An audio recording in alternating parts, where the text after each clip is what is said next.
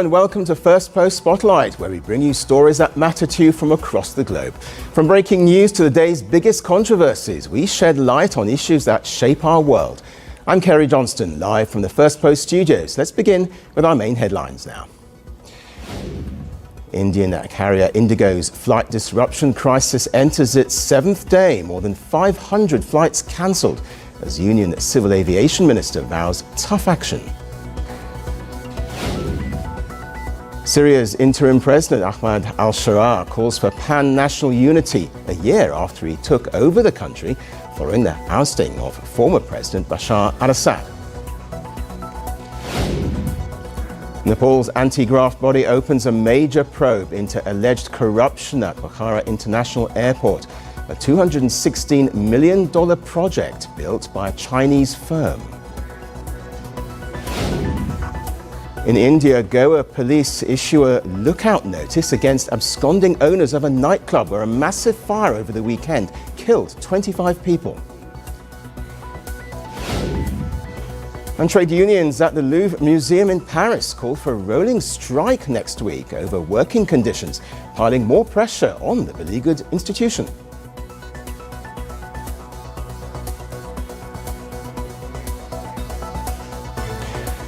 Well, our lead story concerns an escalating crisis along the Thailand-Cambodia border, where a fragile ceasefire has collapsed and fighting has erupted once again. Thailand has launched airstrikes after both countries accused each other of violating a truce that had been holding since July. Well, on Monday, Thai officials said that Cambodian troops opened fire across multiple locations, killing one Thai soldier and wounding 4 others. Cambodia countered by saying Thai forces attacked its troops in neighbouring provinces in northwestern Cambodia. Early this morning, there were clashes in many areas until the break of dawn. The fighting intensified from around 5 a.m. onwards. Cambodia used big and small firearms and various supportive weapons, causing a number of casualties among our soldiers in Chong Bak, and we found evidence that Cambodia has expanded the clashes to several new locations this morning. And in response, Thailand said it used aircraft to strike Cambodian military positions to suppress attacks. Let's listen to that. As for the airstrikes by the Thai Air Force, I would like to reiterate that it is a targeted attack on Cambodia weaponry bases only, damage to which we are able to limit, in order to prevent further escalation from Cambodia that would cause further injuries and deaths of Thai troops. Earlier on Sunday, Thailand reported a 35-minute gun battle with Cambodian forces in Sisaket, ordering evacuations across 4 border provinces. Well, the Thai army also says it has spotted Cambodian T-55 tanks moving in Samrang. That's a city just 20 kilometers from the disputed border zone. Thailand also accused Cambodia of deploying drones, using machine guns and firing grenades at key Thai positions, further claiming that Cambodian troops are launching rocket attacks towards civilian areas. The Thai Defence Ministry confirmed that more than 35,000 people have been moved to shelters, with many more leaving border villages.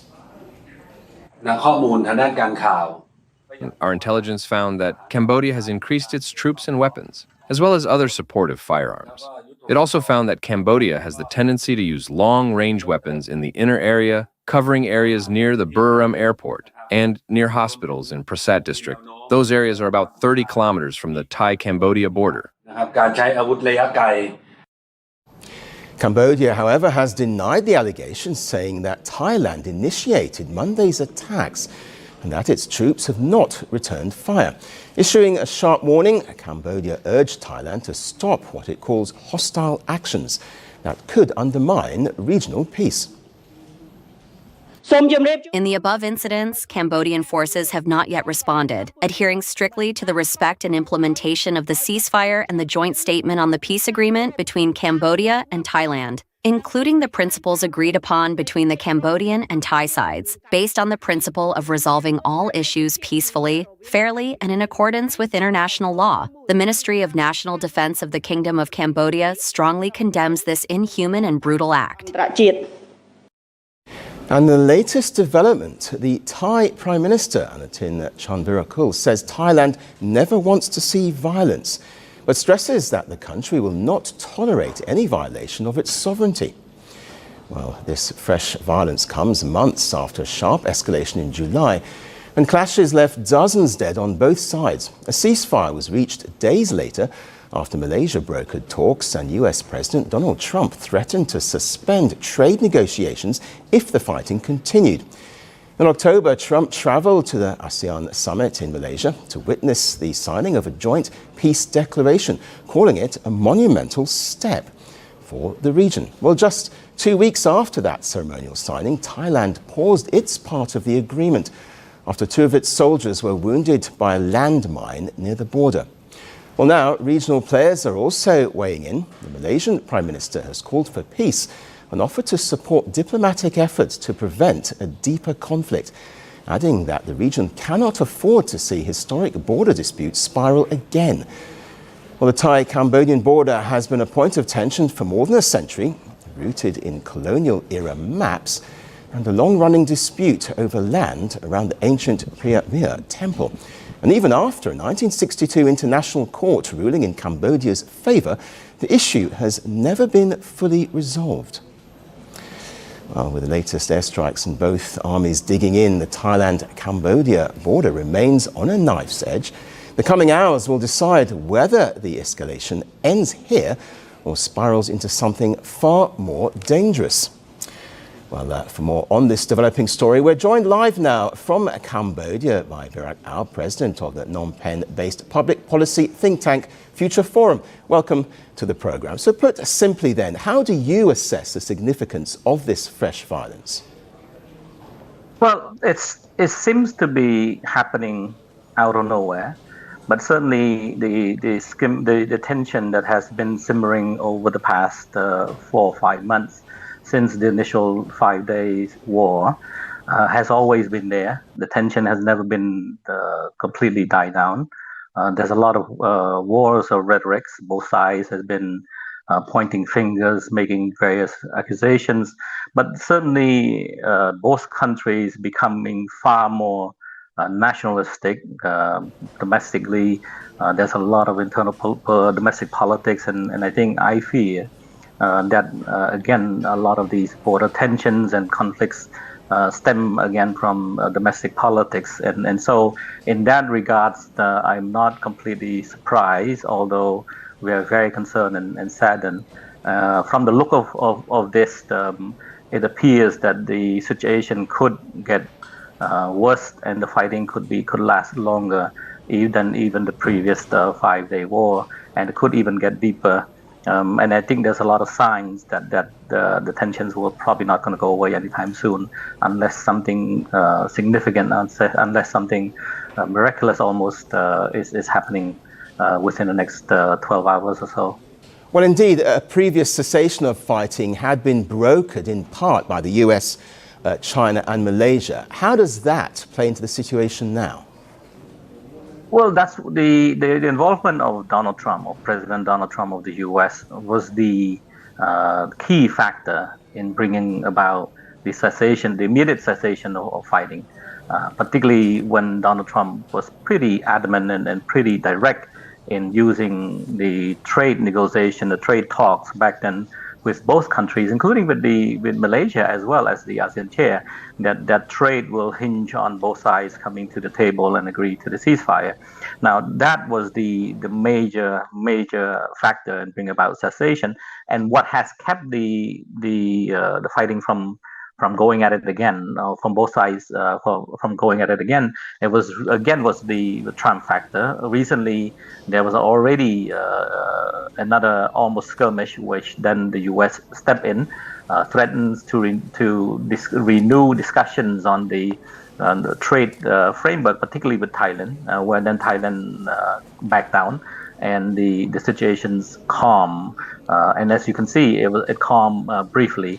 But as I said, I think the situation now will probably not going to happen, where unless Trump significantly makes some either further threats or imposed other harsh sanctions on either side, or whether it's Thailand or Cambodia, I fear that the situations will not ease within the next 1 or 2 days, and I fear that the intention here it seems to be clear now. I would be seen as biased if you look at what I'm going to say, but comments has been made by the Thai military about reclaiming, for example, the Takwai temples, which we call Takrabai.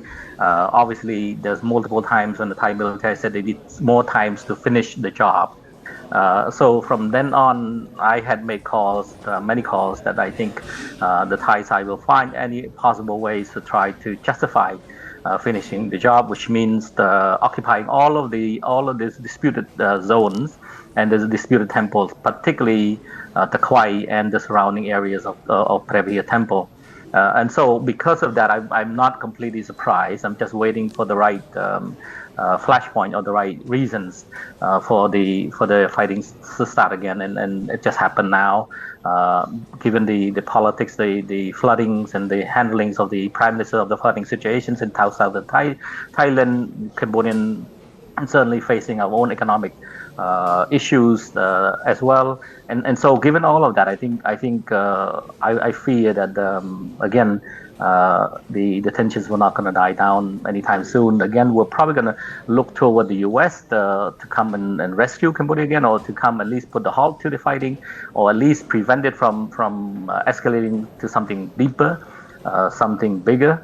The situations now, if you look at the global, the international rule-based order, it's fair to say, I think this fighting along the border further indicating that the international rule-based order that we have witnessed over since the collapse of the Cold War, that seems to be giving ways to military powers and hard powers and real politics, and now you have a situation where I think Trump's intervention might be a possibility, but also China is actually sitting there and waiting, and their intervention will also be a possibility. Now the fear is, if these global superpowers actually weighing for influence, when two smaller states within a hot spot, a hot zone, as in the case of South Asia, the fear is then the proxies, the tensions between the superpowers that will play out through proxies, and that's what we had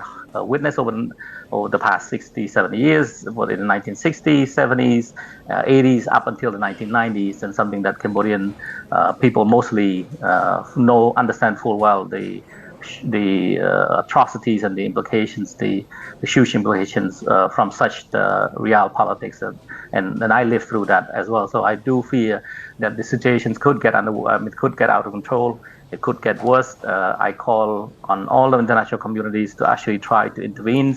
The conflict is not a bilateral conflict. We need to internationalize this, and the ASEANs need to do a better job, particularly not just ASEAN chair, but other members, states of ASEAN. We have 7 others, 8 now with the new East Timor. They need to speak up. A peaceful region is crucial for everyone. Okay, we're going to have to leave it there. But Virak, from Future Forum, we very much appreciate your time. Thank you for joining us. Thank you for having me. Well, our next story now comes from the UK. Britain has unveiled a new wave of undersea warfare tech called Atlantic Bastion to counter what it says is rising Russian threats in the North Atlantic. During a visit to the naval base in Portsmouth, UK Defence Secretary John Healey and his Norwegian counterpart highlighted the growing risk posed by Russian vessels like the spy ship Yantar. Officially a research vessel, it had last month been tracked near critical undersea cable routes, mapping underwater telecom and energy lines that connect the UK with mainland Europe. Well, tensions escalated when it directed laser lights at Royal Air Force pilots who were monitoring its movements near UK waters. Because we see, and I called out a few weeks ago, the Russian spy ship Yantar in and out British waters. We know what they were doing. We tracked it every mile of the way.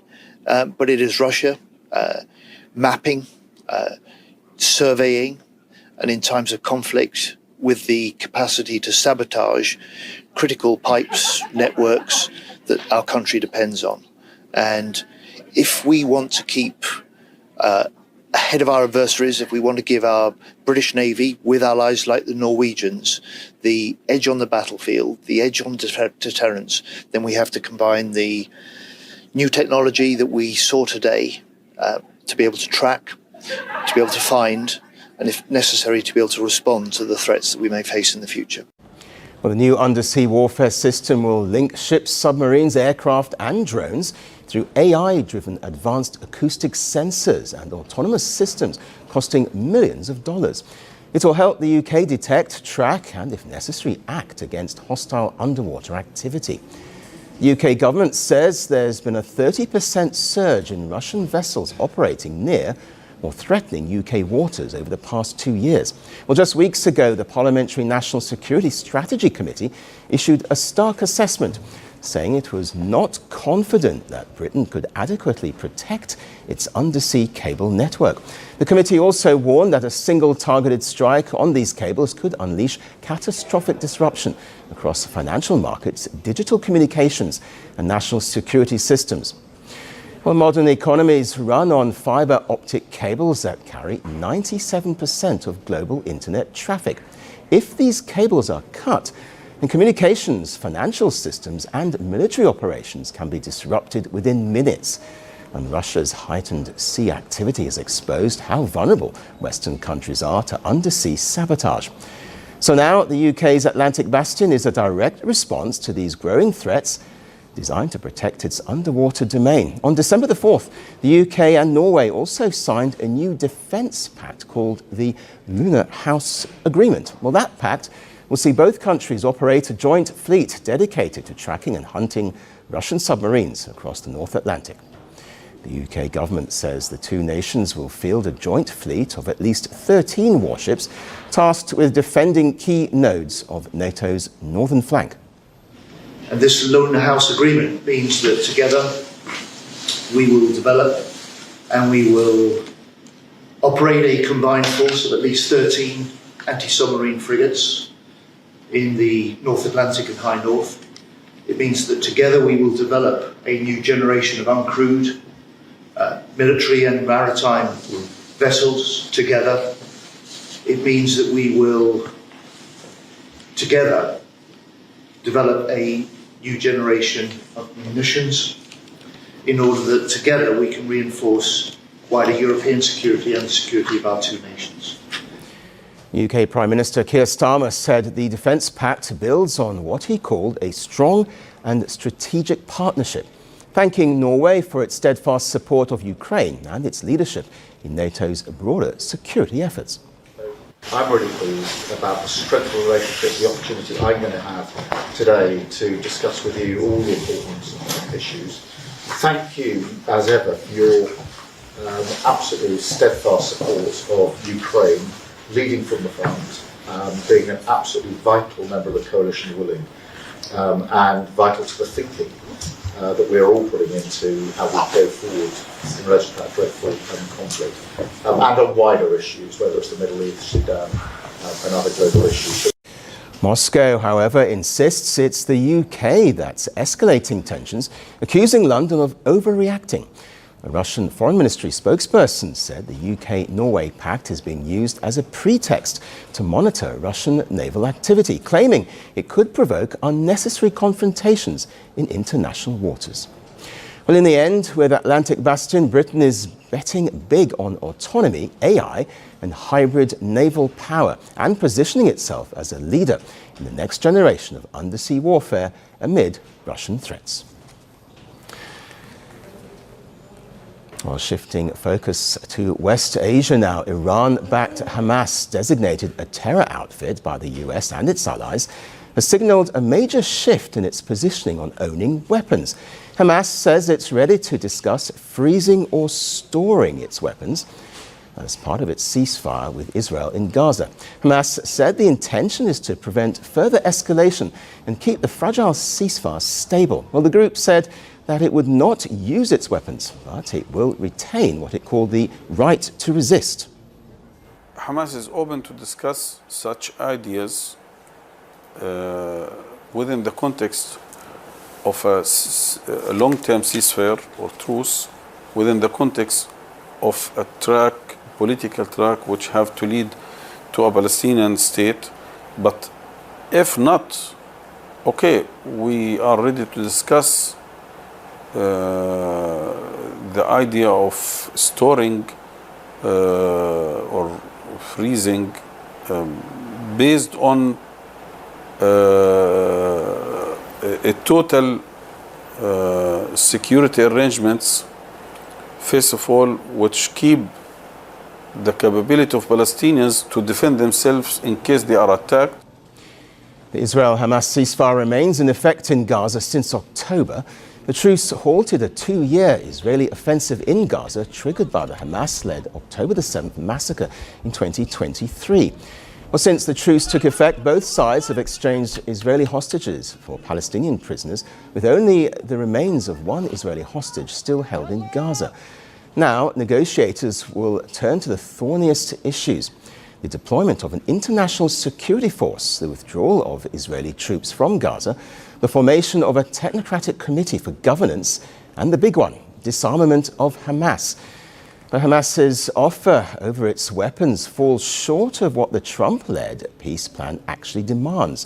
The plan states that Hamas members must decommission their weapons and commit to peaceful coexistence. US President Donald Trump has said that either Hamas must disarm itself or it will be disarmed by force. By contrast, Hamas's position frames weapons storage or freezing as temporary and conditional on progress towards a future Palestinian state. But we have told them we want to disarm, and they will disarm. And if they don't disarm, we will disarm them.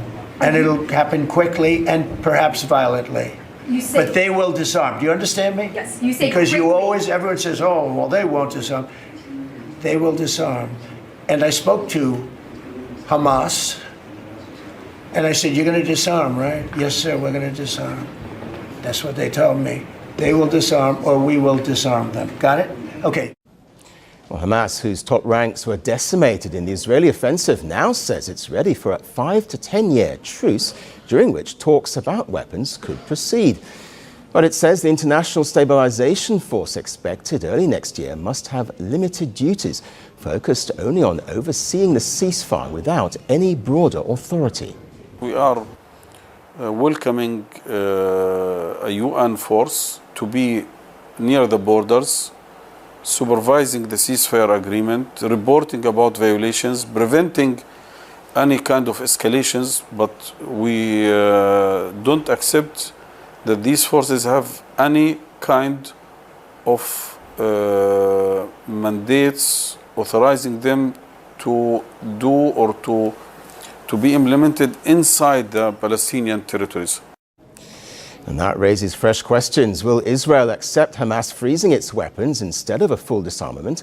And if it does, who will actually verify that Hamas has frozen its weapons? Countries, including Indonesia, have expressed a willingness to contribute troops, but the command structure, mandate, and rules of engagement for the stabilization force remain undefined. And even with negotiations underway on the future of the truce, both Israel and Hamas are accusing each other of violating the ceasefire. Israel says Hamas has delayed hostage returns and that about 200 Hamas militants remain underground in Israeli-controlled parts of Gaza. At least 3 Israeli soldiers have been killed in clashes since the truce began. And Palestinian health officials, meanwhile, say more than 370 Palestinians have been killed in Israeli strikes since the ceasefire. Israel insists these strikes were in response to Hamas violations, including attempts to move into the Israeli-held part of Gaza. Well, Hamas's new language on freezing or storing weapons does signal a shift, but not the full disarmament, which Israel deems non-negotiable. Phase 2 of the ceasefire now hinges on whether both sides can bridge that gap. Well, on to our last story now. US Vice President J.D. Vance's latest post on immigration has triggered a political storm online. In his message, Vance argued that large-scale migration is stripping opportunities from American workers. But it's not the first time the Vice President has taken a firm stand against immigration. Whether it's green cards or H-1B visas, the Trump administration has consistently tightened rules and blamed the Biden administration for what it calls a broken immigration system. It took a deliberate four-year administration that was making life harder for everyday Americans, that was importing foreign workers instead of giving jobs to American workers, that was over-regulating, over-taxing, overspending. They were doing everything wrong. But this time, something very different has unfolded because Vance wasn't reacting to a policy debate or a press question. He was responding to a construction owner's video on X, where the man claimed his business had improved after US Immigration and Customs Enforcement, or ICE, increased enforcement in the state, saying, "No immigrants want to work. I've gotten more calls this week than in the last 3 months." Well, Vance echoed the sentiment, arguing that mass migration steals the American dream, insisting that studies saying otherwise are funded by people getting rich off the old system. A wave of reaction erupted after Vance's reply, many pointing out that his own wife, Usha Vance, is the daughter of Indian immigrants. Some critics even criticized the Vice President, saying it would mean sending Usha back to India, targeting her heritage and the couple's children. Her roots can be traced to India. She was born and raised in San Diego, California, to parents who immigrated from Andhra Pradesh in the late 1970s. Well, as the comments poured in, there were sharp one-liners like, "Your wife and children are Indian," and "Your son's name is Vivek." While some users countered Vance by arguing that immigration is America's superpower. Well, it's not the first time Usha Vance has found herself in the spotlight. Earlier, J.D. Vance drew backlash for commenting on her faith, saying he hoped his wife would one day convert to Christianity, a remark many viewed as insensitive. Well, as Vance's immigration rhetoric continues to spark outrage, critics argue that the Vice President's message clashes with his own family story, making this controversy one of the most personal and polarizing moments of his term. Well, that's all that we have time for on the show today. We'll see you again tomorrow. Thanks very much indeed for watching. Bye-bye. From breaking news to the day's biggest controversies, shedding light on the world's top headlines, detailed analysis on the stories that matter the most to you. Catch it all on Spotlight at 6 p.m. India time and 12:30 GMT, only on Firstpost.